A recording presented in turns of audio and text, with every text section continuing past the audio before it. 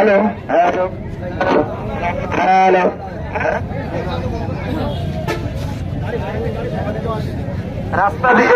রাস্তা দিয়ে গাড়ি যাওয়ার একটা জায়গা রেখে আমরা সবাই দাঁড়াবো।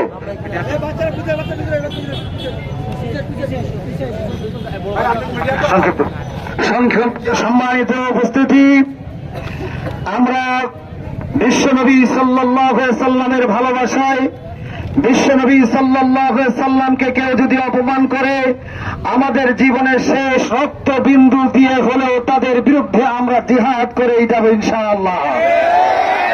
ভারতের মোদি, আপনাকে বলতে চাই, আপনি আমাদের বর্ডারে মানুষ হত্যা করেছেন, আমরা কিছু বলি নাই। দীর্ঘ 15 বছর অন্যায় ভাবে জনগণের ম্যান্ডেটকে চুরি করে শেখ হাসিনাকে আপনি অন্যায় ভাবে আমাদের উপরে বসিয়ে রেখেছিলেন, আমরা কিছু বলি নাই। কিন্তু শুনে রাখুন ভারতের মোদি, আপনার ভারত থেকে যদি আমার রাসূলের বিরুদ্ধে চক্রান্ত হয়, রাসূলের বিরুদ্ধে বক্তব্য দেওয়া হয়, বাংলাদেশের তাওহীদি জনতা লাখ লাখ করে আপনার ভারতের মস্তক তছনছ করে দেবে ইনশাআল্লাহ।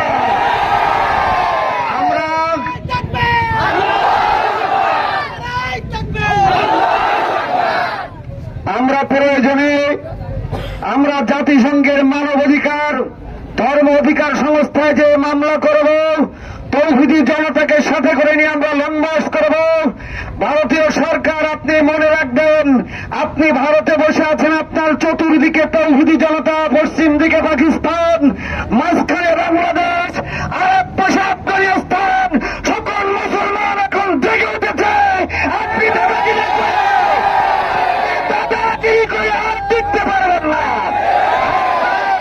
বারবার আপনার ভারত থেকে আমাদের রাসূলের বিরুদ্ধে কটূক্তি করা হবে, মুসলমানরা সইবে না।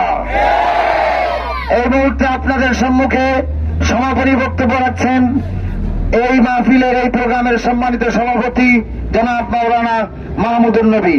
বক্তব্য শেষে দোয়া করবেন আমাদের প্রাণপ্রিয় ওস্তাদ জনাব হযরত মাওলানা নজরুল ইসলাম সাহেব।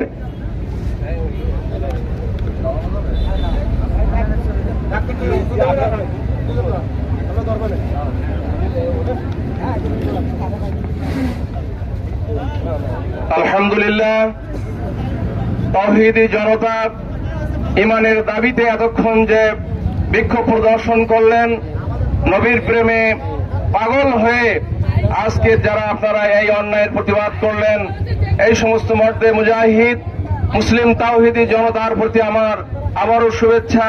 আসসালামু আলাইকুম ওয়া রাহমাতুল্লাহ। সম্মানিত ভাইরা, আমরা জানি নমরুদের সেই অগ্নিকাণ্ডে ইব্রাহিম আলাইহিস সালামকে যখন নিক্ষিপ্ত করা হয়েছিল, সেই সময় ব্যাঙের পেশাব ওই আগুনকে নেভাতে পারেনি। আজকের আমরাও এই প্রতিবাদ, হয়তো মোদি তোমার কান পর্যন্ত যাচ্ছে কিনা জানি না, কিন্তু আমাদের ইমানের দাবি, আজকে মুসলমানের ইমানের দাবি হলো অন্যায়ের প্রতিবাদ করা। রাসূল সাল্লাল্লাহু আলাইহি ওয়াসাল্লামের ভালোবাসা ছাড়া ইমান কল্পনা করা যায় না। সেই